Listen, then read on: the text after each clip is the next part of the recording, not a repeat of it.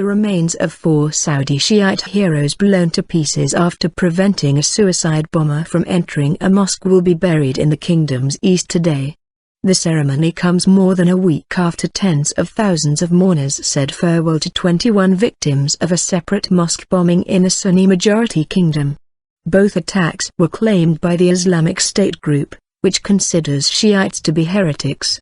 Residents of the Gulf Coast city of Dammam said they expected another massive crowd for today's joint funeral of Muhammad al-Arbash, Abdul Jalil al-Arbash, Muhammad Isa and Abdul Hadi al-Hashim. They died last Friday when an attacker wearing women's clothes blew himself up at the entrance to Al-Anaud Mosque in Dammam. Residents said 3 of the dead men were volunteers trying to protect the mosque after a similar attack a week earlier in the nearby community of Qudih. The 4th man killed was another civilian who happened to be at the site when the blast struck. Because of that, they are heroes, one resident told AFP.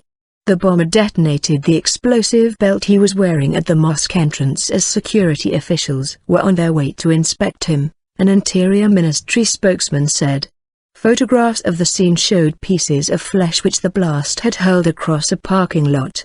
Some parts of some of the bodies are still missing, a second resident said earlier this week. With community volunteers already inspecting people coming to mosques, the resident said the community was doing all it could to keep worshippers safe. It's something hard to prevent. Just pray to God.